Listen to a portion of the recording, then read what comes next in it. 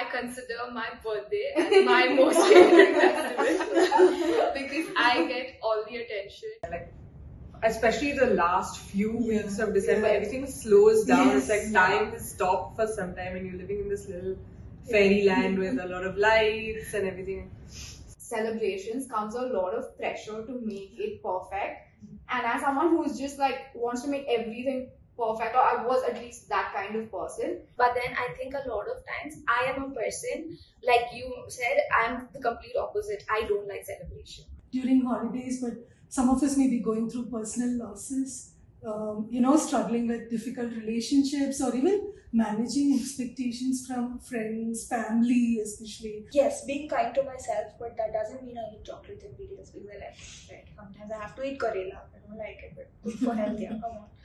So I think that's it.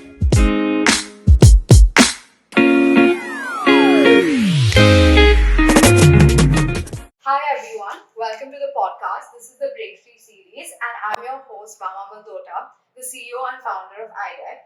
Today we have with us my entire team, most of my team, and we're going to be talking about the holiday season, New Year resolution, goals, and a lot more. So stay tuned. I would love for you all to introduce yourselves. You're Sakari. Go ahead. Hi, I'm Kavya. I write all of the content, and I'm also training to be a professional makeup artist now.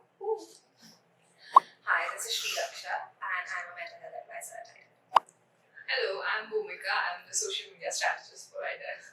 Hi, I'm Tejaswini. I'm the therapist at iDare. Yes. And I'm Radha. I've been with iDare for the past 2 years now, and I'm a therapist at iDare. Thank you so much, guys, for introducing yourselves, even though I think I've known you all some more than others.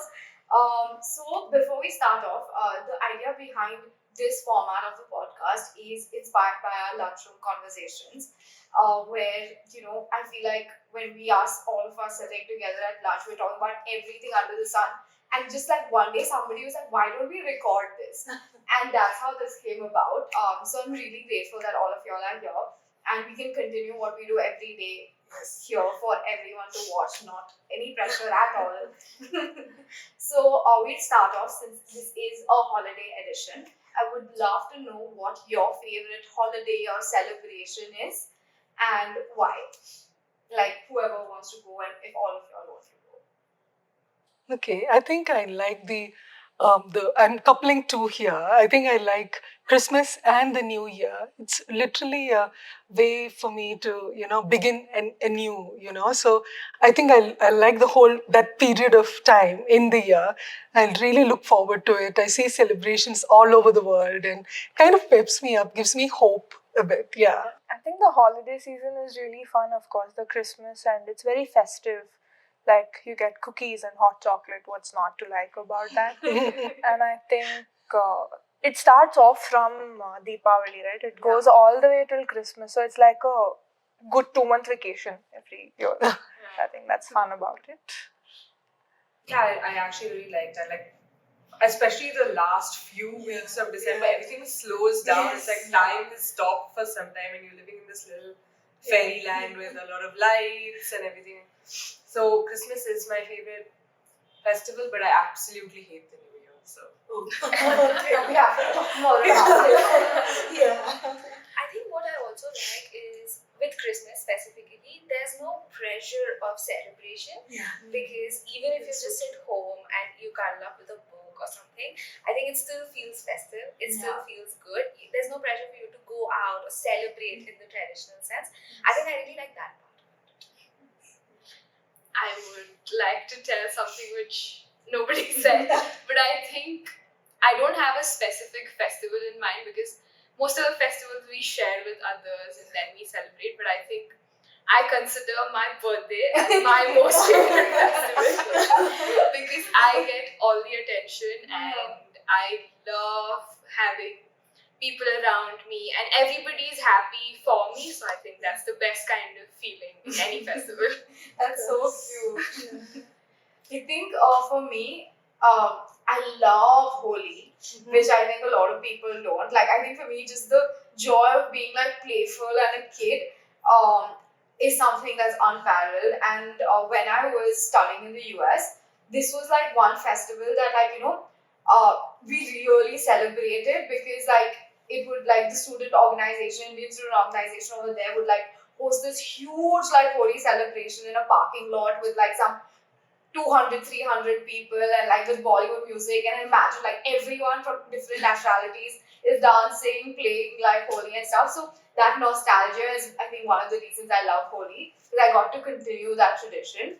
And I also love like the Diwali, Christmas. I just love celebrations in general, and I need like any excuse to celebrate. But I love that part of it as well. It feels like your Saturday, Friday, Saturday, Sunday. Like like the last couple. Yes. So I love that part of it. But I also feel like with celebrations comes a lot of pressure to make it perfect. And as someone who's just like wants to make everything perfect, or I was at least that kind of person who like had so much like perfectionism in them, or wanted everything to be perfect, I feel like sometimes that pressure makes me really, really like anxious during the holidays, especially on my birthday as well, right? Like, if I don't remember a birthday I have not cried. Like, Same. Every single year. every single birthday I've cried for some reason or the other. Because I don't know, like your head, you just make this idea of how it's going to be, and like then you put pressure on it to be like that on yourself and on others around you, and it never matches up to how it's going to be in your head. So I feel like for me that pressure is a lot. Do any of you feel that? Yeah, especially around New Year's, with the whole thing of, oh, you have to do something, like it has to be a big thing, and I hate that pressure. It's just, for me, it's another day, and that's also how I think of my birthday. It's just another day. It's a in a sense you try to like you said, right, like start afresh, or it gives you a chance to do that. But I just feel like there's too much pressure to do that. Yeah. So like any day can be a new day. Absolutely. And I think there's an implied emphasis on togetherness during holidays, but some of us may be going through personal losses, struggling with difficult relationships, or even managing expectations from friends, family, especially, and also even social circles, and how it impacts our mental health. So I just feel like saying it out loud that, just validating, if any of us are feeling that way, just validating that to be, you need to pay attention to that too. And you're not alone. There's help and support also that's available. Especially when I think some of us, when you see images on social media, right, it can be very triggering and can bring up some difficult feelings for some of us, right? And also I feel, is it about quantity or quality? Is it you want to show that you're having a huge celebration, and sometimes, I'm sorry, I just have one book, I just have one friend, I just have one place to go to, and is that okay? And also, some of us may be far from home, right? Yeah. We might be displaced because of work or things like that. So, can we like have virtual meetups, right? Or can we think of joining the local community, or just volunteer so that we can have a sense of belongingness also? Some of us may not have the luxury of everything, right? So just that. I also want to say like how what she said and what you said, Mama, both of it resonate so much, because this Diwali, my granddad was not well, and then there was just so much pressure for you to celebrate as such, and then there's also pressure of social circles or people around you asking, "What did you do?"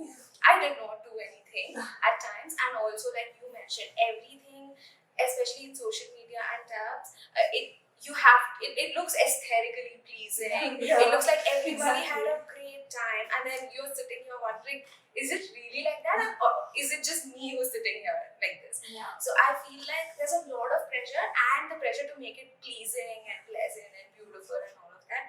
So I feel like to bring the essence back to what truly makes you happy, to just, even if it is a book, even if it is something that you like doing, which need not even have something to do with the traditional way of celebrating it, I think it's something that can be very wholesome and nice.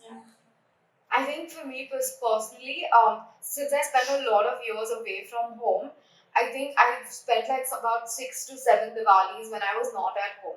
And when I was there and was not able to be at home for Diwali, and I would see pictures and everything, I would feel like lots of FOMO.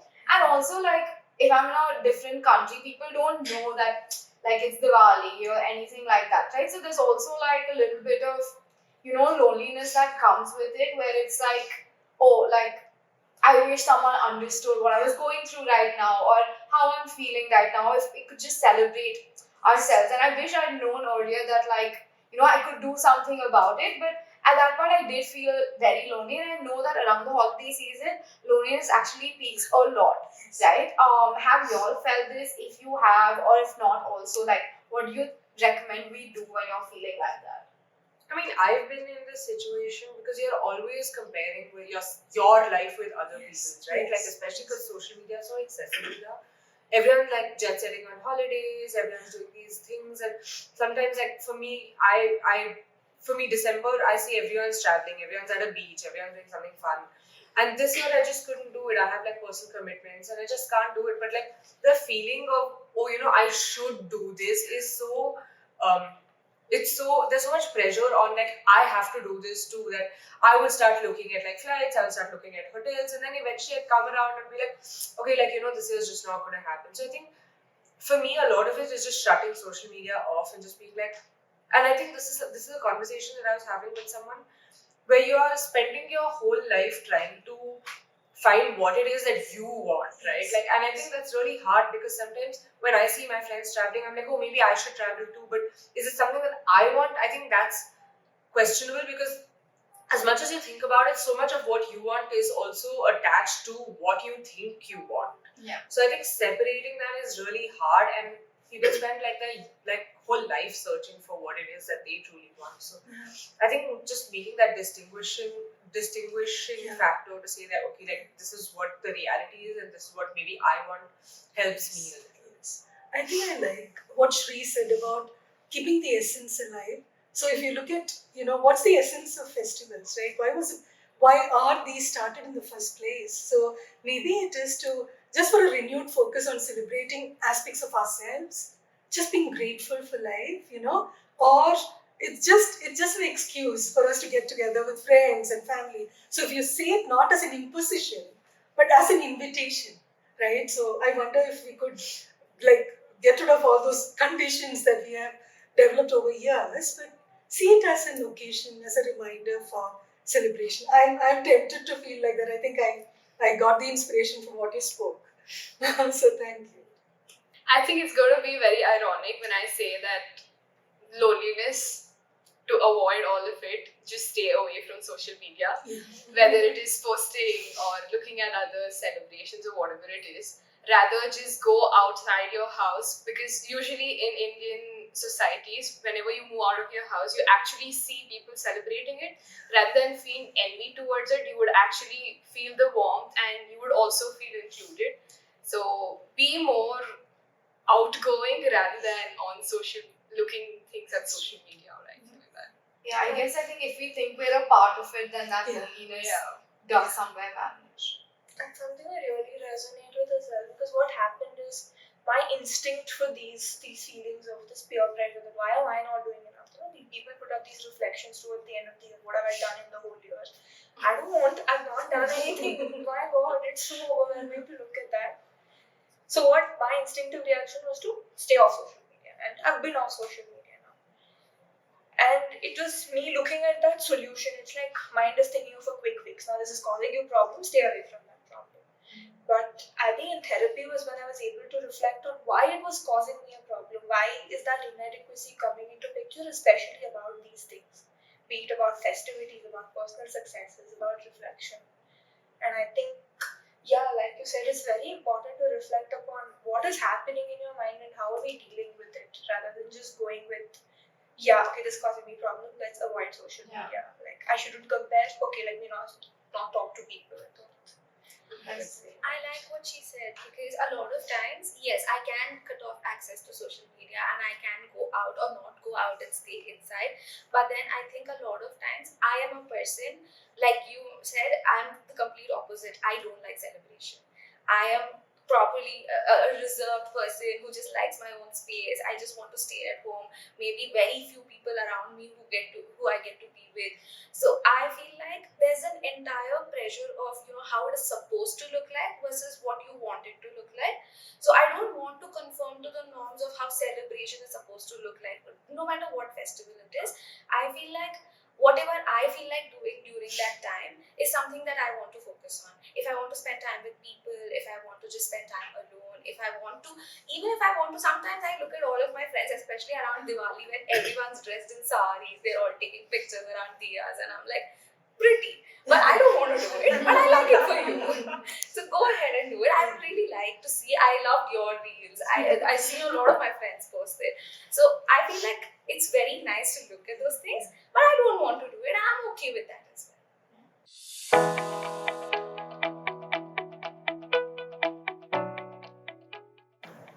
That's really great. I feel like what you all said, and especially what you said about, like, you have to know what you want and how you like to celebrate or not celebrate, and like sticking true to yourself is the way to go.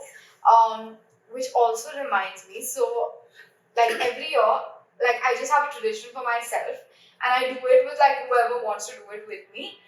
When I put up a Christmas tree every year, especially since I started living by myself, okay? And the first, I think one of the years that I was living by myself, I didn't really have someone to put up the tree with. And I was speaking to my sister who was putting it up with somebody like over there where she's in the US. And I don't know, something about like that conversation just made me cry a bit, a lot, where I was like, oh, I wish I had someone I could like put up a tree with and stuff like that. And then the year after that, I was like, you know what? I am this year, like, and that year I did not like whatever, I just left it. And then this, like the year before this, I was like, you know what? I'm gonna put it up by myself, right? Or like 2 years before this, or whatever. I put up the tree by myself, and that just felt really good as well. I thought like you can't do those traditions and rituals if you're doing it by yourself. But I did the whole shebang. I did the hot chocolate. Even though I was lactose intolerant, I did the cheese. Then after some time, I had the wine. Only time I probably drank by myself. But then I put up the Christmas tree with Christmas songs in the background. And this year, I just don't feel like doing much. So I'm like, I'll see. If I feel like putting up the tree, I will put it up. If not, I won't. But just like being true to yourself, like, and listening to what your like vibe is at that moment, I think is so important. Having said that, we also spoken to a lot of my friends who also have a lot of trauma around holidays, right? For a lot of people, going back home. So for some people who are away from their families, there is different type of like loneliness. But then people who are going back home, there's also like, at least I feel this, like no matter how much I do in therapy, the minute I go back home, I go back to like my old patterns, and I'm like, bro, did you not learn anything? So like I know like a lot of people go through the same thing, and there is a lot of trauma like around the holidays. Is that something that like any of y'all felt as well? I think what happens with me is I come from a not really a traditional family, but I come from a proper Brahmin family, and we like to make a fuss out of everything. Like anytime there's Diwali, Ganesh Chaturthi, Ugadi, everything, my parents are these kind of people who want to do it the proper way. So they are into doing pujas, they are into everything. So like there's so much pressure every single holiday. And this year I was just talking about this to a friend, and I realized why do I not like festivals so much? And that is when I realized festivals don't feel like celebration at my place. It rather feels like a chore. It feels like you have to wake up early, you have to clean the entire place, you have to not eat from morning, you have to do so much that I am like, I don't want to do any of it. Also, my parents have their own beliefs, which I absolutely respect, but then I'm probably a different person. And for me, it took a very long time to make that distinction, to understand that I stay in the same house as them, but I don't have to particularly practice the same things that they do. Unfortunately, my parents are these kind of people who will let you be. So this was 4-5 years ago when I started working and I started saying, I have work, I will not take a leave, and I don't want to be here. Even when I was working from home during COVID, I used to just sit at home. I used to sometimes not even bathe as a rebellious thing. And I used to be like, I'm just going to sit, I'm just going to work, I'm not going to do anything. Over a period of time, they have come to realize that she is not somebody who's interested in the same things that we are interested in. She probably wants to do things differently. And we have established those boundaries now. I respect what they do, and they just respect me not being a part of it. I think sometimes it's also important for you to realize that certain things are not for you, and that's okay, and to draw those boundaries as well. I really resonate with what you said. Coming from a very similar household, every festival at home feels like war. It's like to wake up on time, get prepared, go do this, 100 things on the to-do list, you have to finish all of that. In school, I really look forward to that because leave, you get to eat good food, chill at home. But I think what happens over time is that is the only thing that starts to feel familiar about celebrations and holidays, right? So it's like that's the only way you know holidays can be for you. If I think about Ganesh Chaturthi, like you said, it was wake up, do it's that bullet train of things that I'm supposed to do. And when you talk about trauma, I think it's that familiarity. It's that you also miss that, but you know that's not good for you. So, it's fighting that paradox within yourself, and it takes a lot of courage to acknowledge that, yes, this is something I've always been in, but maybe this is not working for me anymore.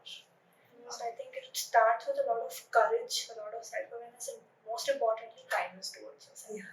I completely agree with what you all have said. Like, I also, like both of you, come from a very Brahmin household, so religion was very intrinsic to the way I grew up. And then as you go through life, you kind of think about it differently, right? So this is something that, and my husband is Christian, so I think, and he on paper is Christian but is atheist. So I think for both of us to come to a middle ground to understand where and what it is that we want, and now that we're married, we're like, well, maybe we should start traditions ourselves. Maybe we should do something that we want to do. Like, and I've realized that I've started doing things like the way my mom does, and that's so like it's so inherent because I'm like, oh no, put the flower like this. I'm like, no, don't do that.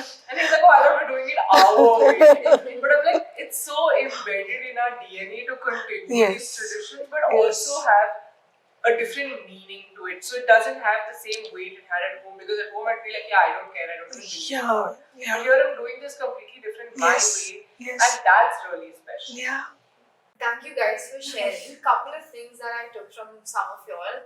One was when y'all spoke about doing that laundry list of things and like chores. It reminded me how a lot of times festivals become those times where there's a lot of burden put on like women, especially like mothers and stuff like that, to do a lot of the things. So generally they don't really enjoy the festival. It's just like a lot of them might enjoy doing that, but it is a lot of pressure on them to do like all the preparation and all of it by themselves. I think that is something that it reminded me of. Another thing that I think you said, the idea that again is that pressure to be happy during the holidays. So just acknowledging that I might not be happy in that moment, and there might be baggage attached, right? And acknowledging that itself is like good progress. And I think for me also it's the idea that just because you are triggered doesn't mean that you're healing, that you've not healed at all. Exactly. And it doesn't mean that there's no progress, right? Because that is easy to forget, especially I think I forget it all the time. Every time I get triggered, I'm like, bro, so many years of therapy, this is where you're at. But then I have to remind myself, no, that's not how it is. You'll probably get back from the trigger much faster. You're able to acknowledge that you're triggered. You're not reacting. Yes, and you know what? I'm reminded of haven't there been holidays where we don't want to get out of bed because it's too overwhelming? So when you spoke about progress, for me, if I've decided to get out of bed, maybe switch on the TV or look at social media to see what are my friends doing, what's happening in the world around me. That itself is progress. Right? So baby steps. And can I add something? Not to be gloomy or anything, but I think this is a time where I'm also reminded of my privilege, because, like Radha said, to not be able to get out of bed is a privilege that I have. While I see my dad does not. He internally believes that he has to be working. I have seen that, like you said, there are a lot of women, maybe it's internalized or maybe they genuinely like doing it. But regardless, there's a boundary in my mind that, this is how it is supposed to be, and I'm going to, continue doing it this way. And to recognize that I also have privilege of, if I don't want to work on a holiday, I will take a leave. Or I have work to go to escape from the madness that is at my house. But for a lot of people, that privilege may not exist. And to be able to also acknowledge that, and I think, like Radha was telling earlier also, it should be more about, sharing it with people, giving and taking, and mostly giving, right? Because if at all I am privileged, then I think I should be able to make use of that in a healthy and wholesome way. I think that is also something that I really like when we talk of holidays.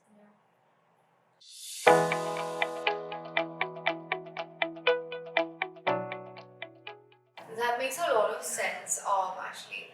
And coming back to what you spoke about pressure, right? Another place I think what you were saying, like the pressure on New Year's is crazy. And the idea of like, having to end the year on such a high note and start on a high note, like I can't, like anytime there is pressure, I crumble. I don't know who are these people who work well under pressure, I cannot. But like, that's just too much and very overwhelming. And so the idea of like New Year resolutions and having like these New Year ending reels where it's like you're showing the best parts of your year and stuff is just too much, like for me. Like I understand like why it's important for some people, like for them to reflect on their year, and that's their like ritual, right? But for me, it gets a bit overwhelming. What about you guys? Like, are you all the kind of people who like resolutions or no? For me, it's more about what I can look forward to and motivate myself. I wouldn't call it resolution as such. I would go more towards, I would say, manifestation, because that makes me feel good and I want to achieve all of that. And even when I look back at what I have done over the 12 months, I feel very proud and happy about myself for doing it. And I feel resolutions as such is overhyped, because that is definitely something that you are fake promising yourself, I feel. Instead, just do whatever you think you can and would make you happy at the end of the day. Don't put that pressure over yourself unnecessarily. And not only New Year's, it's also the start of a new week. I will do it tomorrow or I will do it next week. I will start at 10 o'clock, not at 5. Yes. It's just setting that futuristic time, rather just do it now. That's it. I think what the new year or the new week or new month, everything, gives us a clean slate, right? So it's like, now I've done time back, it's fine. I'm gonna do it, I'm gonna do it all now. So it's that mindset that we go in, but more often than not, I feel personally, resolutions will never work. Give it 15 days tops, I give up. Every time. But I have things like I will work out every day, I will get fresh air, I will drink enough water, I will eat healthy.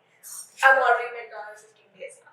So I think what happens is we're not giving ourselves one realistic expectations of our goals. We are not being specific with what we want. It's like if we say save money, what is save? Like, kitna, how much, where, what, and how are you going to do it? There's no plan, there's no action. So it's just vague things that we're promising ourselves or others, and we start off with it. We end up losing motivation because we expect results much quicker. It's like we're telling in the whole year I'm going to do 12 months. I don't know what I do next week. Okay? So I think it's unfair that we do it to ourselves rather than what you said. It's a good idea to have goals, realistic goals, reasonable goals, goals with kindness. I think that's a good place to start. Something I should practice. So I feel a resolution is a reflection of the value we see in self-growth, giving ourselves second chances or more chances, having a sense of meaning and purpose. For me, it's about that. And because it's in the spotlight, like you said, it's kind of hyped, right? The so-called failures also are like magnified. So I feel it's not the fault of the New Year resolution as such. It's just that there's a lot of hype and discussion. So it's in the spotlight, right? So the so-called failures also are like in the spotlight. But for me, having goals and aspirations, it gives me a sense of hope, faith, sense of direction when everything else is uncertain. So it's like I have my own subjective compass, this is guiding me, and I can check where am I on that, regardless of whether I'm following through or where I am with progress and all that. But then it still gives me a subjective sense of direction, something to look forward to each day, that my life is still meaningful, even if other things can be uncertain. Yeah, that's my 2 cents. I'm not as good as her. I hate resolutions. Okay. I resonate so much with what Tejaswini said because it has never worked for me. I think I used to try maybe when I was a teenager or something, but I have not given up. And I think the way I look at it is, for me specifically, when I say do this or set a goal, it never happens. And I think it's also the idea of perfection, like you were speaking about earlier, that when I say I have to do a certain thing, I put so much pressure on myself to do it properly, do it perfectly, do it every single day without taking a break, which is not realistic again. So I think now it just looks like next year I'm planning a trip. That's pretty much it. So everything else, I feel like that is also something that I have learned with, again, therapy and everything, that for me it's important to stay in the present because I've never done that before. I've always looked at the future and never come back to what am I doing right now, what would I like to do. So right now it's become very, go with the flow kind of a thing. And whenever I look at what I want, and it also comes with the added pressure. My birthday is in January and I hate it. So anytime New Year starts, as soon as January starts, my entire month is gone. It's gloomy, I hate it, and I don't like. So to start very slow, and that is the time when I also have to constantly remind myself that to be gentle with yourself. It's okay, don't put pressure on yourself. Just because everyone is doing it does not mean you have to do it. Those kind of things actually help me. And I like to start off very slowly. Well, people start off with I'll do this, I'll do that. I'm like, I will not plan anything. And then very slowly I pick up the pace and I'm like, okay, I want to do this in like 2 months. I want to go somewhere in like 2 months. So I think that pace helps me specifically. I think we just put a lot of pressure on this new year, new meeting, when like you can honestly start whenever, right? Like you can start today and you can start on the 30th or the 31st also, or the 29th. Speaking of value, I feel like one of the things with resolutions that happens, I think that is very hard for me personally, is that like I attach my value to that resolution and to whether I'm able to fulfill it or not. Yes. Right? I think a few years ago, every year my resolution is the same, is to lose weight, no matter how thin I am or whatever. I'm like, I have to lose weight for some reason, okay? And that year specifically, on Snapchat, you get these memories where you were able to see what you were doing the same day, like many years ago, okay? And I have those memories for New Year's of every year, just like as usual. And I was able to see what I looked like each of those years on that day. And that day when I was looking at it, I looked at myself, I was like, not only have I not lost weight, but I've put on so much more weight. And then I attached my value to like this year, this entire year has been a shit year because of this. But I think like I forgot that year I did a lot of other things. Yes. I was battling with depression, I was on medication, which is why I put on the weight.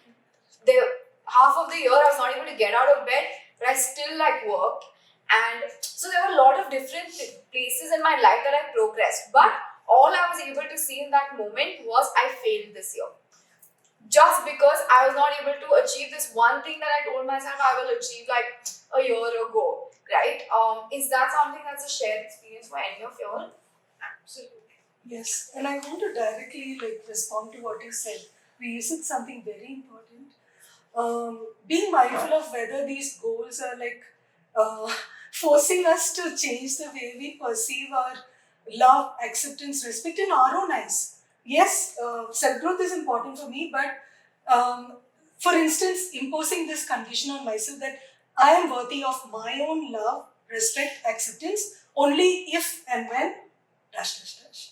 I think that is something that I found not serving me well at all. I've stopped doing that. And because forget about others' expectations, that anyway I cannot control. But my own perception, my own eyes. Right? So that is something that I've learned to, The world can be very harsh. At least we should be kind to we ourselves. should be kind to ourselves. That's the only thing we can control and manage, I think. Yeah. I recently dealt with, like, we went on this diet in office, right? We three of us did it together in the office. And I kept telling myself that losing weight is not your main motivation with it. But somehow the fact that I didn't lose as much as weight as I would have wanted to, or I didn't exercise throughout that diet as much as I wanted to, I made it all about myself. How can I not? Right? Because we hold ourselves to the highest standard.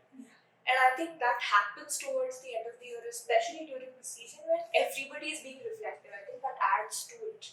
As to, if this person has done this much, why am I not doing this much? Yeah. This is basic. I should have done this much at least. And I think that's not fair that we do that to ourselves. So I think it's very important for us to just sit with ourselves, be mindful, tell ourselves it's okay once in 3 5. Yeah. I also like what you said at the beginning about how you did not lose weight, but then you did a lot of other things. I feel like a lot of times we are so focused on one particular thing that we fail to recognize growth happens in so many different ways, right? It could be professional, it could be personal, it could just be psychological at times.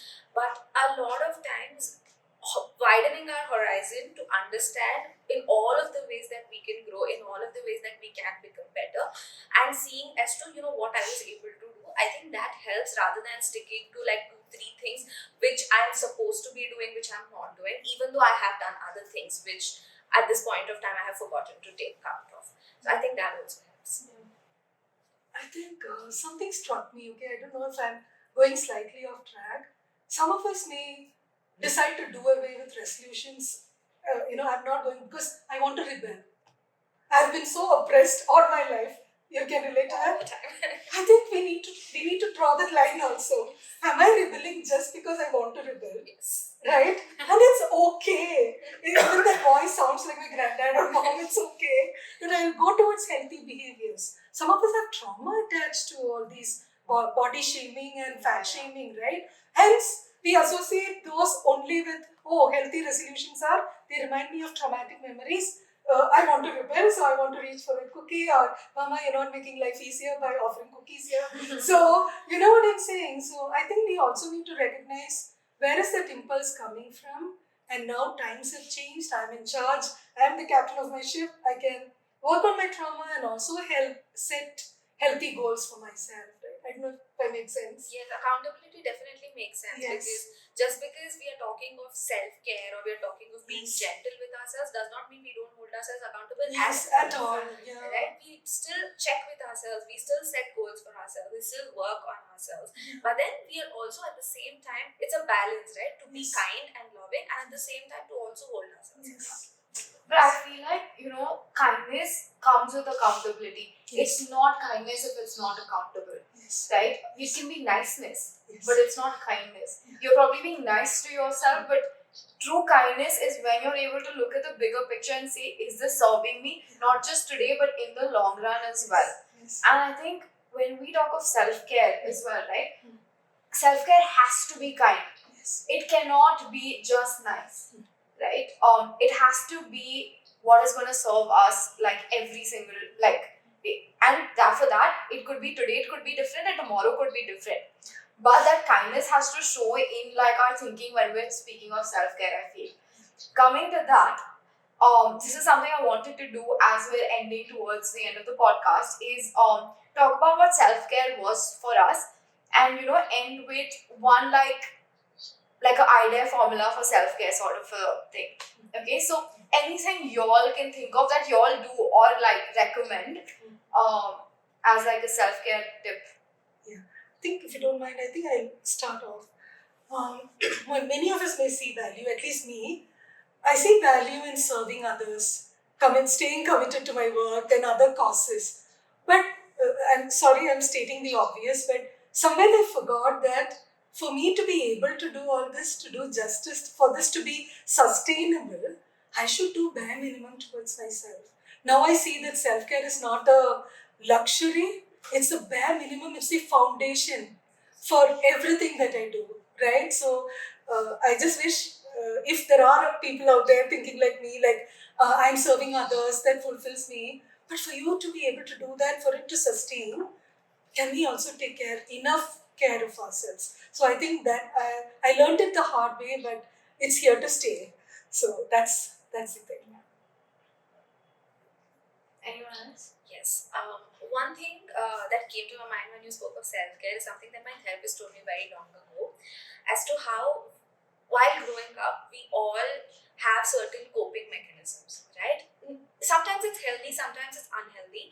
For me, one of it was binge watching, not getting out of bed, starving myself at times because I did not feel like getting up and cooking. So these kind of things. And I was so hard on myself about how I had to do it, like get up, do things, take care of yourself. And it was so pressurizing at one point that she said, why are you pushing yourself if this particular break that you're taking is helping you survive? It's helping you feel safe.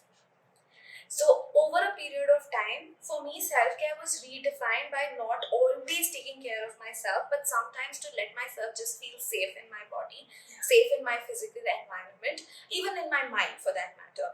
Because sometimes I don't feel like doing it, and that again comes with accountability. Not to say that I will never do it or anything, but sometimes it's also okay for me to just, take a break. It's okay for me to just give up for a while, to just tend to myself.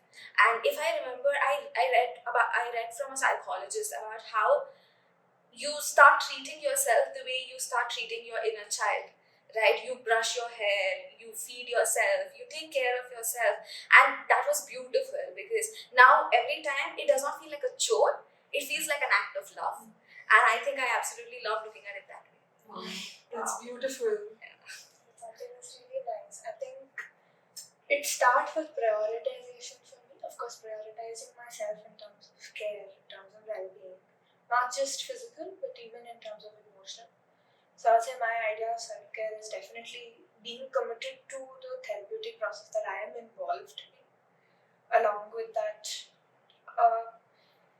yes, being kind to myself, but that doesn't mean I eat chocolate every day because I like it, right? Sometimes I have to eat Karela. I don't like it, but good for health, yeah, come on. So I think that's important. And accountability can be in different ways, right? Like you guys are saying that you reached out to your partner and your parents and all, and they help you out. People in my life are a little hopeless; they all forget also. So I have this habit where if it's on my calendar, I get anxious if I don't do it. So I have to put everything on my calendar, like everything. So I think that's my way of accountability. So I think understand what holding yourself accountable means, committing to the process. And I think a simple way of self-care for me during Christmas at least is something I like to do. I picked this up when I was in the UK, where I make mulled wine at home, which is really nice, like good cinnamon and all of that. And I have some hot wine, put on a rom-com, Christmas rom, very cliche, typical Christmas rom-com, get another blanket, very light, just watch the movie. Have fun. For me, my idea of self-care would be just expressing your gratitude, because the smiles and the happiness you see on the person you are expressing it to just makes your day, whether it was writing Thanksgiving notes or even gifting people on Christmas or just serving. This would little bit contradict to what Radha said, but I think that is what forms my ground, and it truly brings me inner happiness just to see that okay, I am capable of providing some happiness to another person, and you just have to do the bare minimum. And the fact that you are paying attention to everything they say or what they like, just I think that is what actually makes up the whole self-care and even caring for others around you.